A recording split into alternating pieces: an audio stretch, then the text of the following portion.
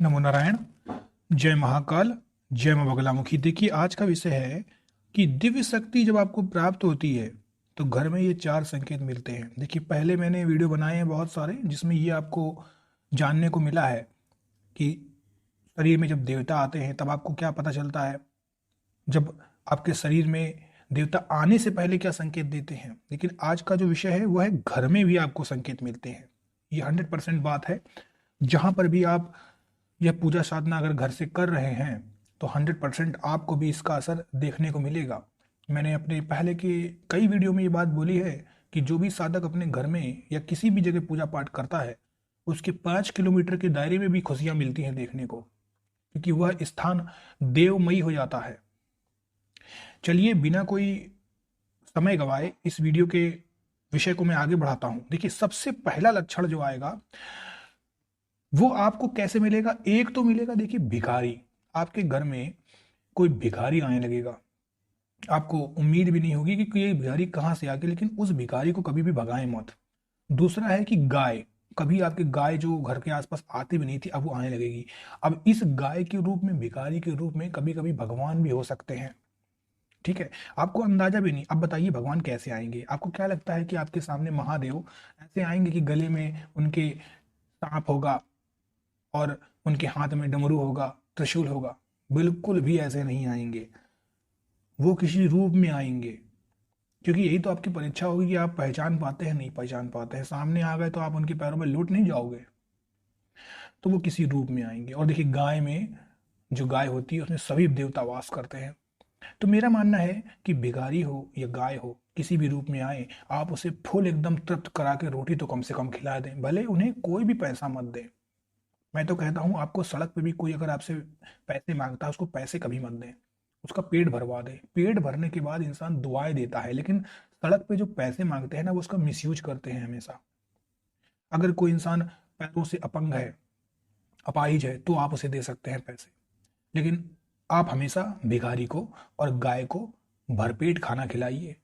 अगर ऐसा नहीं है कि आप चार गायों को एक एक रोटी बांट रहे हैं, अगर एक गाय को आप चार रोटी वही बांट देते हैं तो उसको जब डकार आएगी, उसका पेट जब पूरा एकदम भर जाएगा, वो क्षुधा उसकी शांत हो जाएगी, तब वो आपको शाबाशी देगा। कभी भी एक रोटी खाने वाला आपको आशीर्वाद नहीं देता है। तो पहला यही लक्षण होता है कि आपके घर के पास गाय आएगी या भिखारी आएगी। अब देखिए, दूसरा जो लक्षण होता है वो होता है कोई आपके घर में एक अच्छी न्यूज आएगी। अब वो शादी की हो सकती है, किसी का बर्थडे हो सकता है, किसी का आगमन हो सकता है, बच्चा नया आने वाला हो, है ना।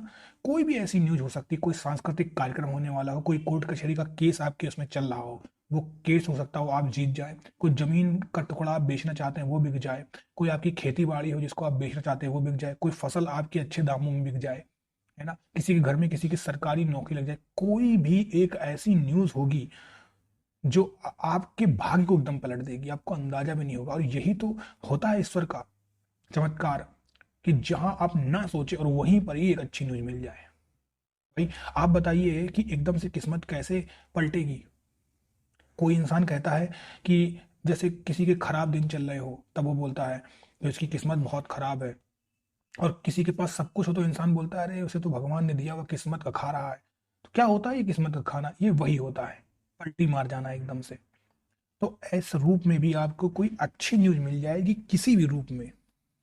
और उस रूप में अगर आपको कोई अच्छी न्यूज मिलती है तो कम से कम जब भी आपकी पहली सैलरी आती है, कोई भी चीज आपको रुपए प्राप्त होते हैं, तो उसका 10% पहली सैलरी का तो कम से कम भगवान को, गरीबों पे जरूर दान पुण्य में लगाएं।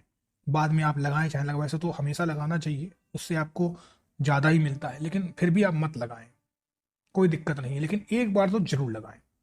इतना तो आप कर ही सकते हैं।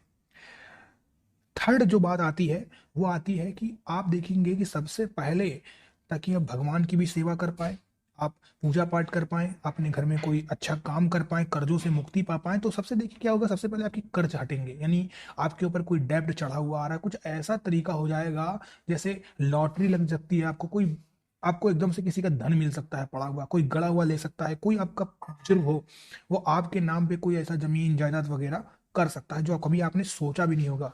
शेयर मार्केट में आपने पैसे लगाए हैं, वहां से आपको कोई उछाल मिल जाए या फायदा हो जाए, सडन में आपका दिमाग करता है कि इस शेयर पे मैं पैसे लगा देता हूँ, या आप किसी शेयर में पैसे लगा के अब तक भूल चुके थे और आपको अंदाजा भी नहीं है कि वो आपसे पैसे आपको एकदम से प्राप्त हो गए, है ना। तो ये सब चीजें भी होती हैं। कोई जमीन बिक सकती है आपका लॉटरी के रूप में, ये थर्ड लक्षण होता है।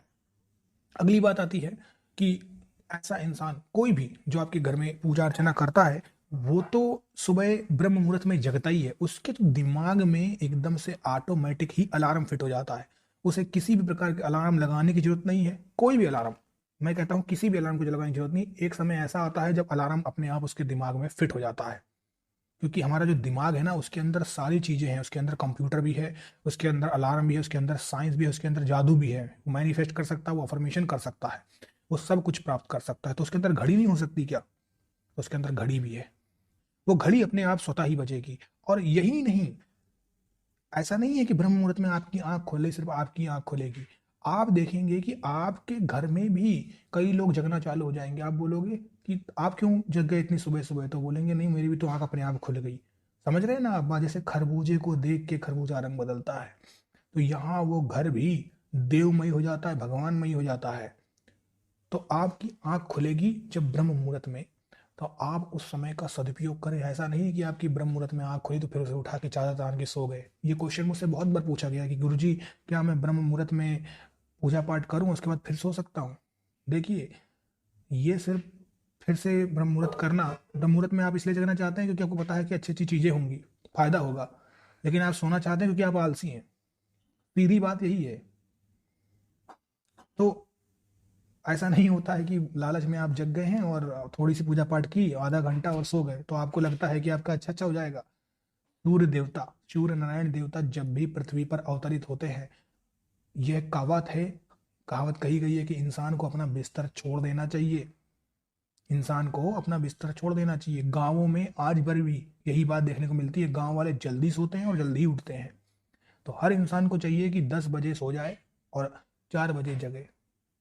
और साइंस ने भी ये बात माना है कि सबसे अच्छी जो नींद होती है, सबसे अच्छी नींद का जो समय होता है वो 11 से 4 का होता है। यानी 11 से 4 बजे जो नींद आती है आपको, वो सबसे परफेक्ट नींद आती है। मतलब आप उसमें डीप स्लीप में होते हैं। तो ऐसा नहीं है, आप जल्दी सोने की आदत डालिए। टीवी मोबाइल ये सब छोड़ना पड़ेगा आपको, अगर कुछ पाना है जिंदगी में। भगवान भक्तिमयी होना है और साथ में भौतिक सुख सुविधाएं भी आपको प्राप्त करनी है। तो ये चौथा लक्षण होता है जिसके थ्रू आपको पता चल जाता है कि आपको संकेत मिल रहे हैं घर में भी, और आपको दिव्य शक्ति प्राप्त हो चुकी है, प्राप्त होगी। सो आई होप आपको मेरा आज का ये वीडियो पसंद आया होगा। अगर पसंद आता है तो इसे लाइक और शेयर जरूर करें। अगले वीडियो में आपसे मेरी मुलाकात होगी। अभी के लिए आप सब लोग खुश रहें और अध्यात्म मार्ग पे आगे बढ़ते रहें। नारायण, जय महाकाल, जय मां बगलामुखी।